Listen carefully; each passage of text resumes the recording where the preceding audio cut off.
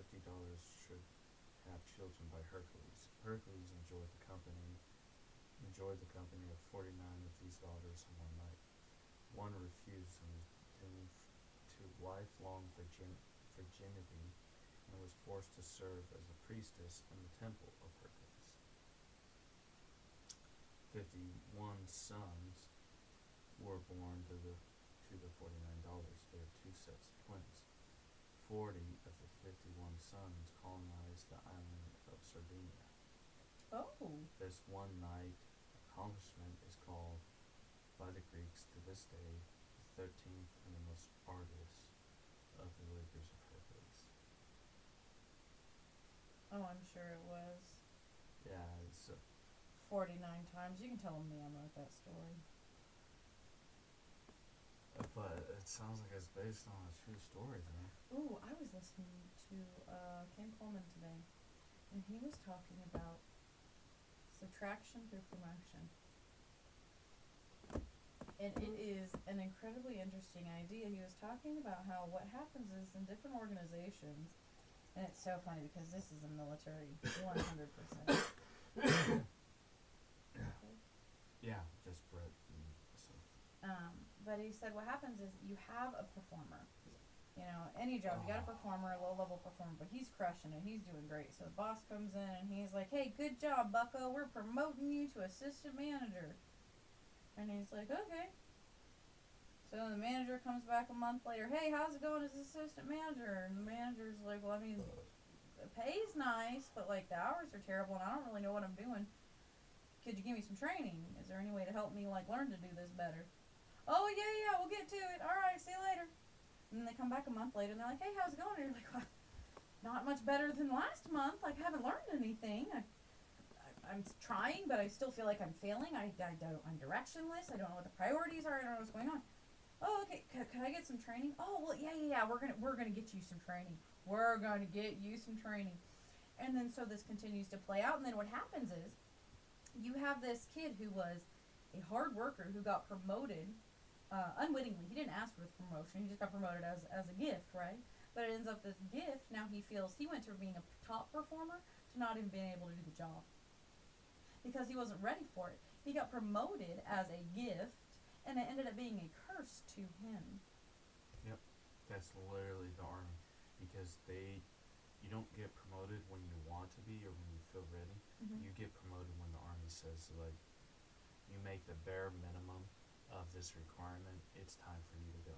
Yep. And on the other end of that, for the people who get promoted, you know, you always say you'll rise to the level of your incompetency, but unfortunately in the military, what is it? Peter's Law.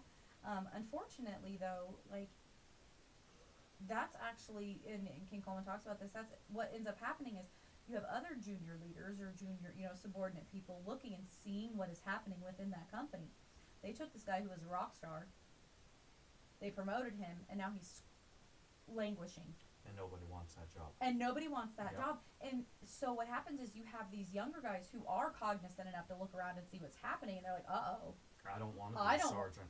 I want to be a shitty E4 all my life. Yeah, I don't want to take that responsibility. God, that sucks. Maybe waiting to go to frickin' WLC for 18 months in the reserves. Why didn't you get these soldiers' counseling done? What are you talking about? I was never told to counsel anybody. I was never even counseled the whole time I was a reservist. What are you talking about? That's what it was like when I went to Germany. It was almost like going to an active duty Germany going there from Nebraska. Yeah. I had no idea what I was doing. I came in there as an E5. They thought I knew what the hell I was doing. Every single soldier there had been active duty.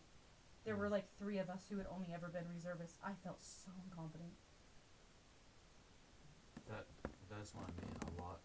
Some of these reservists, they don't do shit for these soldiers at all. Sucks. It's the leadership.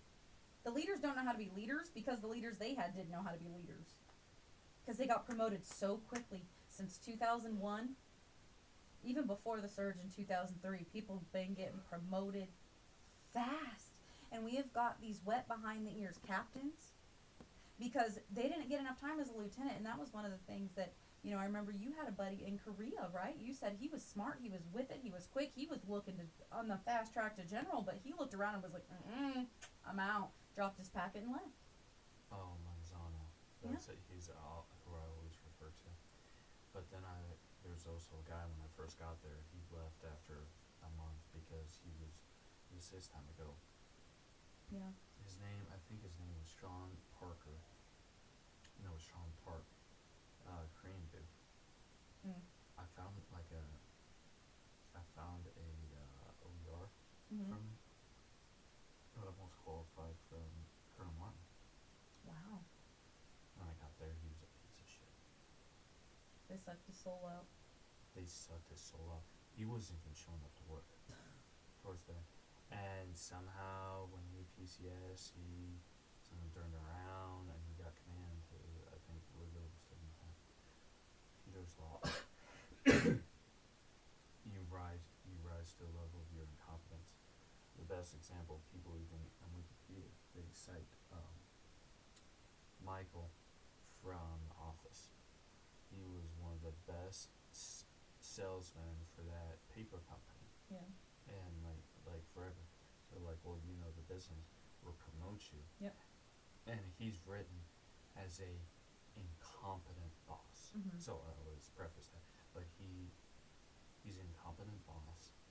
He sexually harasses people by making, that's what she said. Innuendos and jokes and yeah. stuff like that. He does not know. Though sometimes his intelligence does shine through. Yeah. But there's a lot of times it really does a horrible job. Yeah. So, give me another tissue. So, was there anything else you would like to add about that?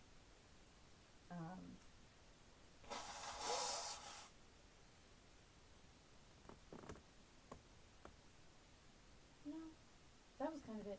I just thought that was interesting, but I wonder how much more into it specifically in the military, like how prolific is it really? Because my experience, very much so.